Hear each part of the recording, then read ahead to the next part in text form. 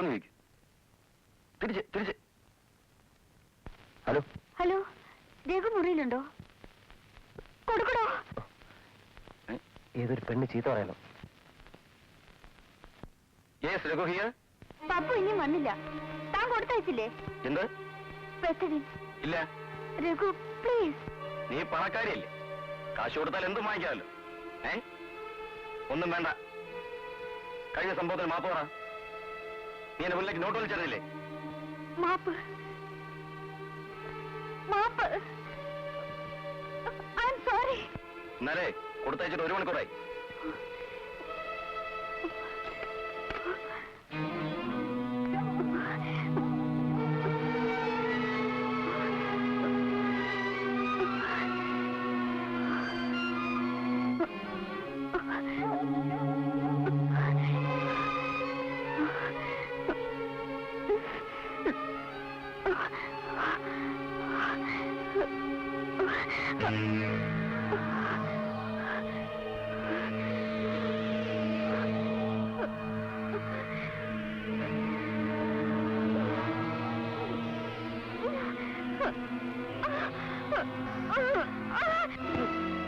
താനെവിടെയായിരുന്നു ഇത്ര നേരം?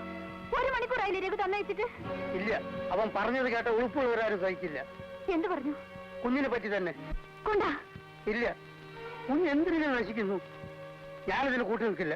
ചേട്ടോ, താനെന്നെ തരൂ, ഇല്ലെങ്കിൽ എനിക്ക് ഭ്രാന്ത് പിടിക്കും. ഇതിലും ഭേദം അതാണ്, ഭ്രാന്ത് പിടിച്ച് ചാവുക.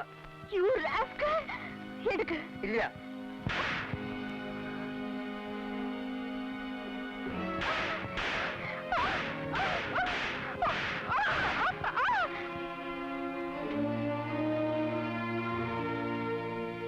ഇന്ന നശിക്ക്, പോയി ചാവ്. നിന്നെ രക്ഷിക്കാൻ എനിക്കല്ല, ദൈവത്തിന് പോലും കഴിയില്ല.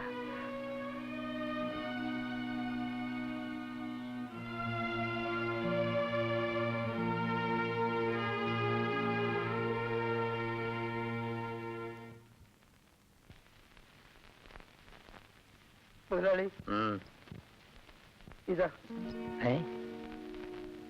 ഈ ജോലി എനിക്ക് വേണ്ട മുതലാളി. എന്താ അപ്പൊ നീ ഇവിടുന്ന് പെട്ടെന്നിങ്ങനെ? ഈ പണി പോയാ ജീവിക്കാൻ വഴിയില്ല മുതലാളി. അതുകൊണ്ട് പലതിനും ഞാൻ ഇവിടെ കൂട്ടുനിന്നു. ഇനി വയ്യ. എന്താ ഉണ്ടായത്? രതിമോളെ ഞാൻ തല്ലി. എന്താ നീ പറഞ്ഞത്? അടിക്കൂ മുതലാളി, എന്നെ അടിക്കൂ. രതിമോളെ ചെറുപ്പത്തിൽ ഈ തോളിലിട്ട് ഉറക്കിയവനാണ് ഞാൻ. ഇന്ന് അവർക്ക് മയങ്ങാൻ ഞാൻ മരുന്ന് വാങ്ങിച്ചു കൊടുക്കണം. പെട്ടതി കുത്തിവെക്കാൻ. എതിർത്ത് നോക്കി, ഭരിച്ചില്ല. തിരുത്താൻ ശ്രമിച്ചു, കഴിഞ്ഞില്ല. ആ കുട്ടി എന്റെ മുമ്പിൽ കിടന്ന് നശിക്കുന്നതാണ്. എനിക്ക് വയ്യ മുതലാളി.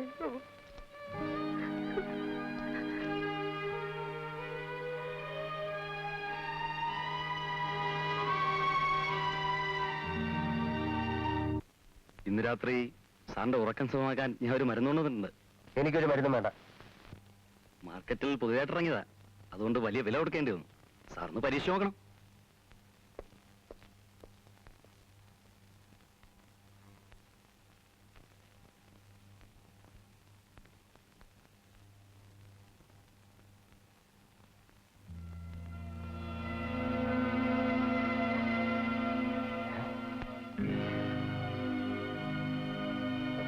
സൈനബ, നീയും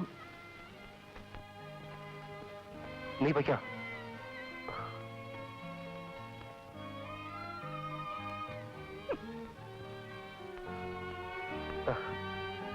കടന്നു പോവാൻ.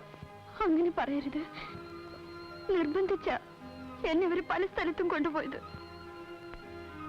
എതിർത്തപ്പോ തല്ലി, കാലിന്റെ അടിയില് തീ വെച്ച് പൊള്ളിച്ചു. നിങ്ങൾക്ക് വഴങ്ങില്ലെന്നറിഞ്ഞ അവരെന്നെ കൊല്ലും.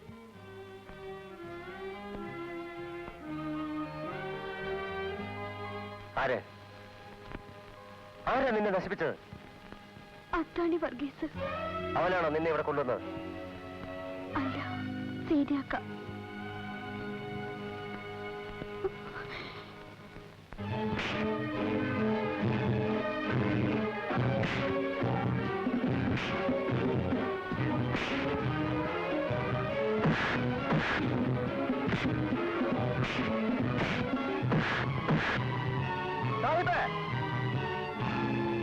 എന്താ? എന്റെ സൈനബേ നിങ്ങൾ എവിടെ അയച്ച്? സൈനബയോ? ഏത് സൈനബ? ബീബി താത്തയുടെ മകൾ സൈനബ നിങ്ങൾക്ക് അറിയില്ലേ? എന്റെ ചൂളത്തി പെണ്ണുങ്ങളുടെ കാര്യം അന്വേഷിക്കാനാണ് നിങ്ങളുടെ കാര്യം വന്നത്. സൈനബയെ ചൂളത്തെ അയച്ചത് നിങ്ങളാണ്. എടാ തോന്നിയ ദിവസം പറഞ്ഞാലുണ്ടല്ലോ, നീ വന്നതുപോലെ തിരിച്ചു പോവില്ല. ഇന്നെനിക്ക് ആ പേടിയില്ല സാഹിബേ. ഒരു മുസ്ലിം പെൺകുട്ടിയെ കല്യാണം കഴിക്കാൻ സമുദായത്തിൽ പെടാത്ത കാരണം പറഞ്ഞ് നിങ്ങൾ എന്നെ സമ്മതിച്ചില്ല. ഇന്ന് സീതയൊക്കെ അവളെ ഹോട്ടൽ മുറിലേക്ക് വരുന്നത് ജാതിയും മതവും നോക്കിയാണ്. നിങ്ങൾ എല്ലാരും കൂടെ അവളെ നശിപ്പിച്ചു, എന്റെ സൈനബയെ പിഴപ്പിച്ച്. ബാബു, നീ പറഞ്ഞത് നേരാണെങ്കിൽ എന്റെ ഭാഗത്തും തെറ്റുണ്ട്. അവളെ പിഴപ്പിച്ചത് ആരാണെന്ന് ഞാൻ അന്വേഷിക്കും. അവരെ ഞാൻ വെറുതെ വിടൂല. അതുകൊണ്ട് സൈനബയുടെ സങ്കടം മാറില്ല. നേരാണ്, ഞാൻ അറിഞ്ഞുകൊണ്ടല്ല ബാബു ഇരുന്നു. എന്റെ തെറ്റിന് ഞാൻ ഇന്ന് വരെ ഒരുത്തിനോട് മാപ്പ് ചോദിച്ചിട്ടില്ല. എന്നോട് ഞാനായി ചോദിക്കുകയാണ്. വാ ഇരിക്കെ. എനിക്കാരുടെ സർക്കാരും വേണ്ട, സഹായവും. എനിക്ക് എന്റെ പണം കിട്ടണം. ദാസപ്പനോട് ചോദിക്കും, അവനല്ലേ പണം ബാങ്കിലിട്ടത്. എടാ, സൈനബയെ ഈ നിലയിൽ കാണുമെന്ന് ഞാൻ കരുതിയില്ല. നമ്മൾ ആഗ്രഹിക്കുന്നൊന്നും നടക്കില്ല ബാബു, വിധിച്ചതേ വരൂ. ഞാൻ പറഞ്ഞില്ലേ എന്നെ ഹോട്ടലിൽ നിന്നും പിരിച്ചുവിട്ട കാര്യം, അതിലെനിക്ക് സങ്കടമില്ല. ഇനി നീനെ കാണാൻ കഴിയുമെന്ന എന്റെ സംശയം. നീ വിഷമിക്കണ്ടേ ആർലി. മനസ്സുകൊണ്ട് മോഹിച്ചൊരു പെൺകുട്ടിയെ പിരിഞ്ഞാലുണ്ടാകുന്ന സങ്കടം എനിക്കറിയാം. നിനക്ക് പണം ഇല്ലെന്നുള്ള കുറ്റമല്ലേ ഉള്ളൂ, അത് ഞാൻ തീർക്കും. ചാർലി കാരണമാണ് എനിക്ക് ഈ സമ്മാനം കിട്ടിയത്. ഞാനത് മറന്നിട്ടില്ല. ആ പണം നിനക്കൂടെ അവകാശപ്പെട്ടാണ്. നീയെങ്കിലും സന്തോഷമായിട്ടിരിക്കെ.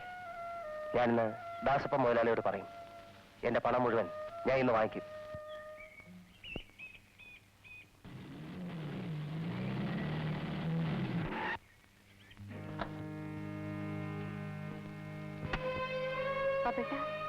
കുഞ്ഞെ, നിങ്ങളെപ്പോലുള്ളവർക്ക് വരാൻ പറ്റിയ സ്ഥലമല്ല ഇത്.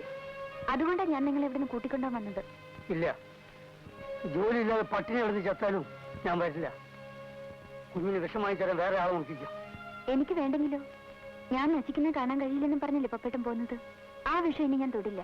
കുഞ്ഞെ, സത്യം. പപ്പേട്ടൻ ഇനി എന്റെ വീട്ടിലേക്ക് വന്നൂടെ? എനിക്ക് എന്റെ പണം കിട്ടണം, അതിപ്പോ കിട്ടണം. അതെങ്ങനെയാ ബാബു? 3 മാസത്തേക്ക് ഫിക്സഡ് ഡിപ്പോസിറ്റ് ആയിട്ടല്ലേ നമ്മൾ ബാങ്കിലിട്ടത്. അതിനിടയ്ക്ക് അവർ പണം തരൂല്ല. 1 മാസം കൂടെ കഴിഞ്ഞേ കിട്ടൂ. ശരി, 1 മാസം കഴിഞ്ഞാൽ മുതലാളി പണം എടുത്ത് തരണം. അതിനെന്താ, തരാലോ. ഖാൻ സാഹിബും ആ വക്കീലും നാറിയണ. ഞാൻ ഇനി ആ ഹോട്ടലിലേക്കില്ല. മോൻ ഇനി ഇവിടെ താമസിച്ചാ മതി. വേണ്ട മുതലാളി, ഞാൻ ആ പഴയ സ്ഥലത്ത് കിടക്കും, നിങ്ങളുടെ പാണ്ഡ്യാലയുടെ കോലയില്. അത് മോശമല്ലേ മോനെ? ഞങ്ങൾക്കൊരു ആൺകുട്ടി ഇല്ലാത്തതിന്റെ കുറവ് മോൻ തീർത്തു തരണം. ഇവിടെ ഒരു മോളല്ലേ ഉള്ളൂ.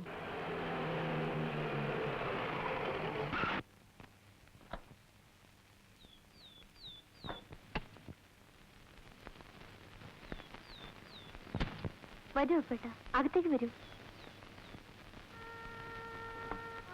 എന്റെ പണത്തിന്റെ പാഴി ചാർലിക്ക് കൊടുക്കണം. ആരാ ചാൾ? നമ്മൾ എന്തിനാ ഇതൊക്കെ അന്വേഷിക്കുന്നത്? അവന് ഇഷ്ടമുള്ളവർക്ക് കൊടുക്കാം. പിന്നെ സൈനവിക്ക് കൊടുക്കണം. കൊടുക്കാം. പപ്പു, ഇവനും കൊടുക്കണം. വേണ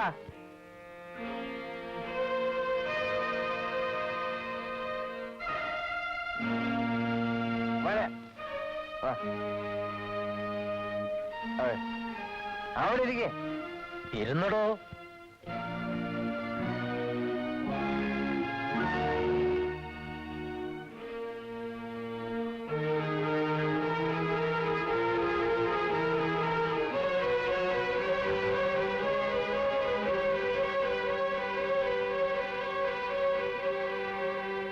നമ്മുടെ ഭാഗ്യം കൊണ്ട് അവനിവിടെ വന്ന് കയറിയത്.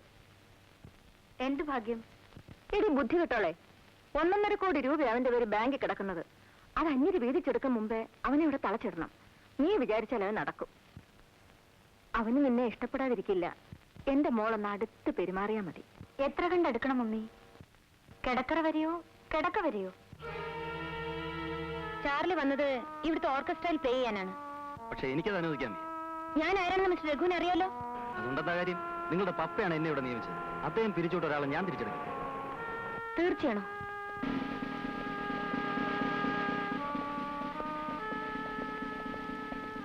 രഘു സർ, ഒരു കാര്യം ചോദിക്കാനുണ്ട്. I am sorry. എത്ര തവണ ഞാൻ പറഞ്ഞു ഇങ്ങോട്ട് വരണ്ടെന്ന്. നീനയുടെ വാശിയാണ്. അതിന്റെ തുടക്കമേ ആയുള്ളൂ. പപ്പയ്ക്ക് വാശിയാണെങ്കിൽ ഇനി എന്റെ സ്ഥാനം ഞാൻ ബോധ്യപ്പെടുത്തും.